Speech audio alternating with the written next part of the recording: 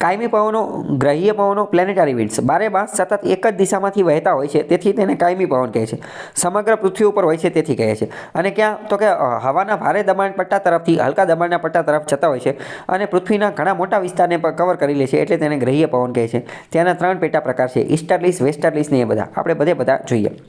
પહેલાં જોઈએ ઈસ્ટર્લીસ એટલે કે પૂર્વીય પવનો. ઈસ્ટર્લીસ એટલે કે પૂર્વીય પવનો. વિચારીને જાઓ તો આ કઈ દિશામાંથી આવતા હશે? આનું ઉદ્ભવ ઓરિજિન કઈ જગ્યાએ હશે? તો કે પૂર્વ દિશામાંથી ઉદ્ભવ થતા હશે. નામકરણની સિસ્ટમ મેં તમને સમજાવી દીધી. તો કે આ પવનો ક્યાં જોવા મળે, કયા ધ્રુવમાં? તો પહેલાં તો બંને ગોળાર્ધની અંદર જોવા મળે. બંને ગોળાર્ધની અંદર, ઉત્તર ગોળાર્ધ અને દક્ષિણ ગોળાર્ધ. એમાં ગુરુ દબાણ પટ્ટાથી વિષુવવૃત્તીય લઘુ દબાણ પટ્ટા તરફ આવે. એટલે કે અયનવૃત્તીય ગુરુ દબાણ પટ્ટા તરફથી વિષુવવૃત્તીય લઘુ દાબ પટ્ટા તરફ આવે.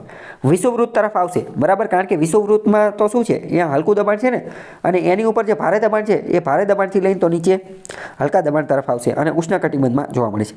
ઇન શોર્ટ, આ પૂર્વીય પવનો કયા છે, ઈસ્ટર્લીસ કયા છે? તો કે કર્કવૃત્ત અને મકરવૃત્તની વચ્ચે જે આવેલા હોય ને એ છે.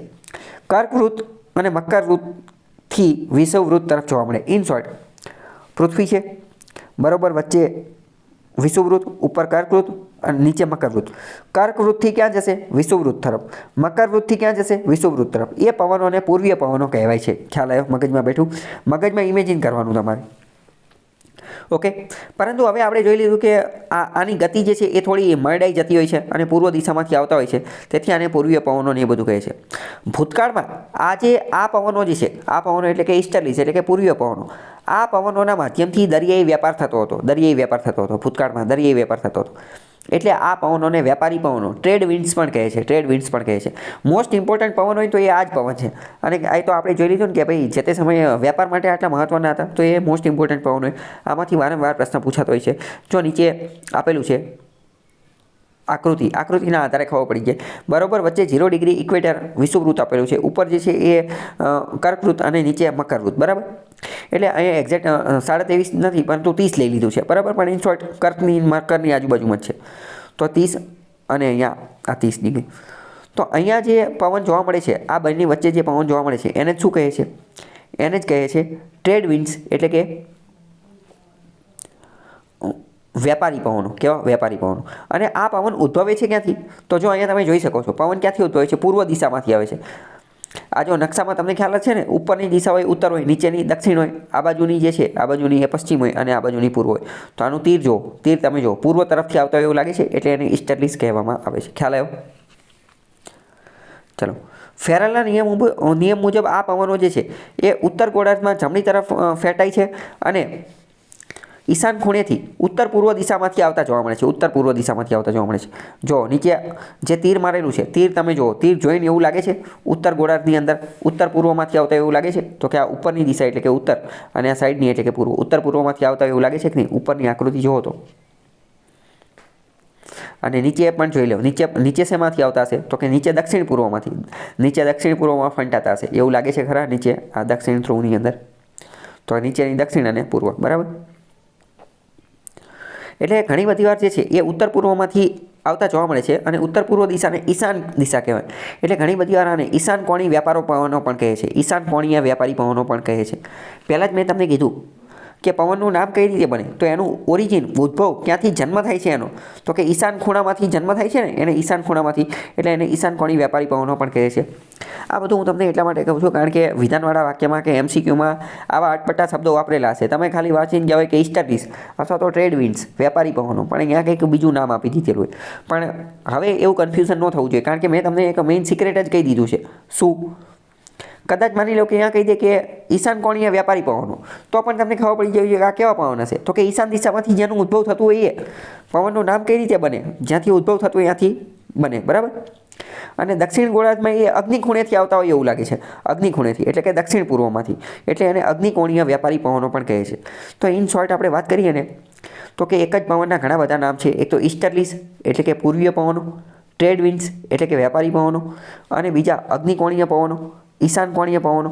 અગ્નિકોણીય ક્યાં કહેવામાં આવે? તો કે અગ્નિકોણીય દક્ષિણ ગોળાર્ધમાં, અને અગ્નિકોણીય જે છે એ દક્ષિણ ગોળાર્ધમાં, અને ઈશાન કોણીય જે છે એ ઉત્તર ગોળાર્ધમાં. ઓકે, ખ્યાલ આવ્યો કે ન આવ્યો?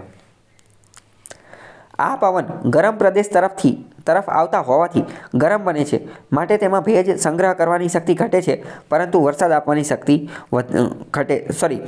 ભેજ સંગ્રહ કરવાની શક્તિ જે છે ને એ એમાં વધારે હોય છે, ભેજ સંગ્રહ કરવાની વધારે હોય છે અને વરસાદની એટલી બધી હોતી નથી. ઓકે, ચલો ઇસ્ટર્ન કંઈ ડાઉટ હોય તો પૂછો. પૂર્વીય પવનોમાં એની જેમ જ હવે વેસ્ટર્ન ઈસ્ટ પશ્ચિમીય પવનો છે. વિચારીને કહો કે આનું ઓરિજિન ઉદ્ભવ સ્થાન, આનો જન્મ ક્યાં થતો હશે? પશ્ચિમ દિશામાં થતો હશે, બરાબર. પશ્ચિમ દિશામાં થતો હશે. આની અંદર પણ ફેરલનો નિયમ લાગુ પડતો હશે, આની અંદર પણ ફંટાણ ને એવું બધું જોવા મળતું હશે, બરાબર. તો કે આ પવનો બંને ગોળાર્ધમાં અયન વૃત્તીય ગુરુદાબ પટ્ટાથી ધ્રુવ વૃત્તીય લઘુદાબ પટ્ટા તરફ સમશીતોષ્ણ કટિબંધમાં જોવા મળે છે. ઇન શોર્ટ, ઈસ્ટર્લી ક્યાં જોવા મળતા હતા? તો કે વિષુવવૃત્ત અને કર્કવૃત્ત મકરવૃત્તની આજુબાજુ, એટલે કે ઉષ્ણકટિબંધમાં ગરમ. આ જે કર્કવૃત્ત અને મકરવૃત્ત વચ્ચેનો વિસ્તાર હતો એ જ ઉષ્ણકટિબંધ હતો. આપણે સાલો પહેલાં સમજી ચૂક્યા છીએ, બરાબર. તો પશ્ચિમીય પવનો ક્યાં જોવા મળે છે? તો કે સમશીતોષ્ણ કટિબંધમાં, સમશીતોષ્ણ કટિબંધની અંદર જોવા મળે છે. અને આ પણ થોડા મરડાઈને પશ્ચિમ તરફથી આવતા જણાય છે, તેથી તેને પશ્ચિમીય પવનો કહે છે.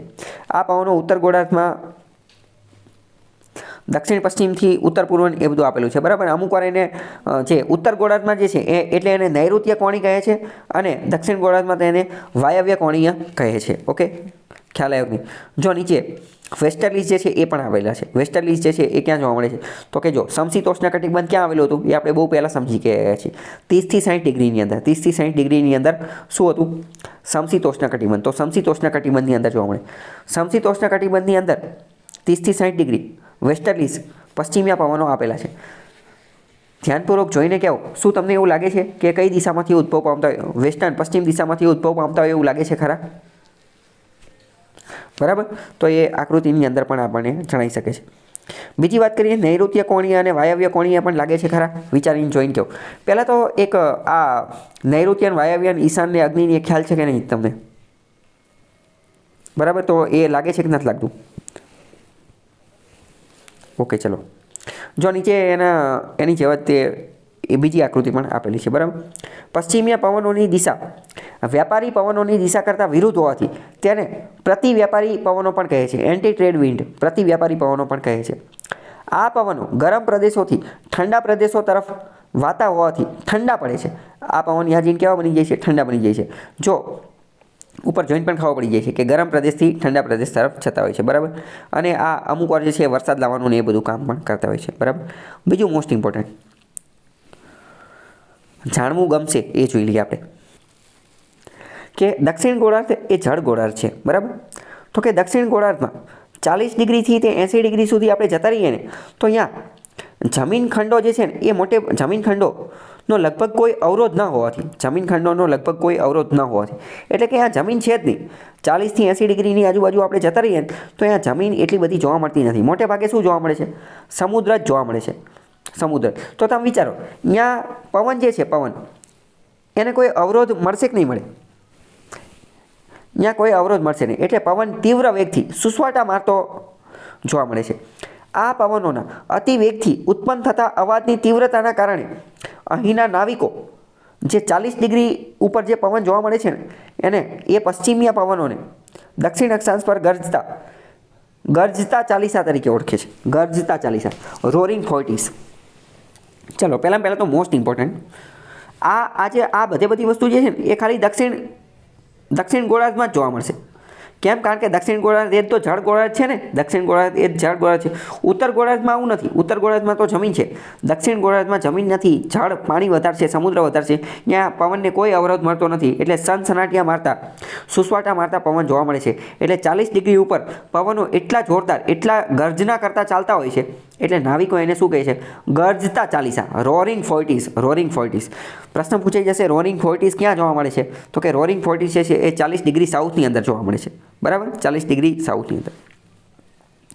એવી જ રીતે 50 ડિગ્રી જે છે, 50 ડિગ્રીની અંદર જે જોવા મળે છે એને પ્રચંડ 50 નામ આપ્યું છે. એને શું નામ આપ્યું? પ્રચંડ 50, ફ્યુરિયસ 50. અને 60ની અંદર 60 ડિગ્રી સાઉથની અંદર જે જોવા મળે એને ચિત્કારતા 60, એટલે કે સ્ક્રીચિંગ 60 કહેવામાં આવે છે. ચિત્કાર શબ્દ ખ્યાલ છે? ચિત્કાર ઘણી બધી વાર કોઈ વ્યક્તિને જોરદાર મારતા હોય ને ખતરનાક લેવલનો તો એને સ્ક્રીચિંગ, ચિત્કાર કરે છે એવું કહેવામાં આવે. બાઇક લઈને, ગાડી લઈને, ગમે લઈને કંઈક જતા હોય અને એકદમ શોર્ટ બ્રેક મારી દઈએ અને બ્રેકનો જે અવાજ આવે ને એને કહેવાય સ્ક્રીચિંગ, ચિત્કાર કહેવાય, એ અવાજને પણ ચિત્કાર કહેવાય, બરાબર. એવો અવાજ અહીં આવતો હશે એટલે કહે છે. પણ આ મોસ્ટ ઇમ્પોર્ટન્ટ ક્યાં જોવા મળે છે? સાઉથ, દક્ષિણ ગોળાર્ધની અંદર હતી. જો નીચે આપેલું છે, બરાબર, કે 40થી 60 દક્ષિણની અંદર જોઈએ તો એટલું બધું પાણીની એ બધું પાણી જ વધુ જોવા મળે છે. 52મા નંબરમાં આ પેજ ઉપર જુઓ, રોરિંગ 40s, ફ્યુરિયસ 50s અને સ્ક્રીમિંગ 60s. ક્યાંય પણ જમીનનો અવરોધ જોવા મળે છે? તો કે ના, ક્યાંય નથી જોવા મળતો. સુસવાટા મારતા, જોરદાર, કોઈ અવરોધ જ નથી.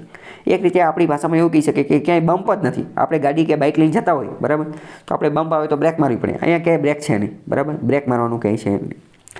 મોસ્ટ ઇમ્પોર્ટન્ટ સાઉથમાં જોવા મળે છે. ક્યાં જોવા મળે છે તમને ખ્યાલ હોવી જોઈએ. રોરિંગ 40s, ફ્યુરિયસ 50s અને સ્ક્રીચિંગ 60s. પ્રશ્ન પૂછાઈ જશે, બરાબર.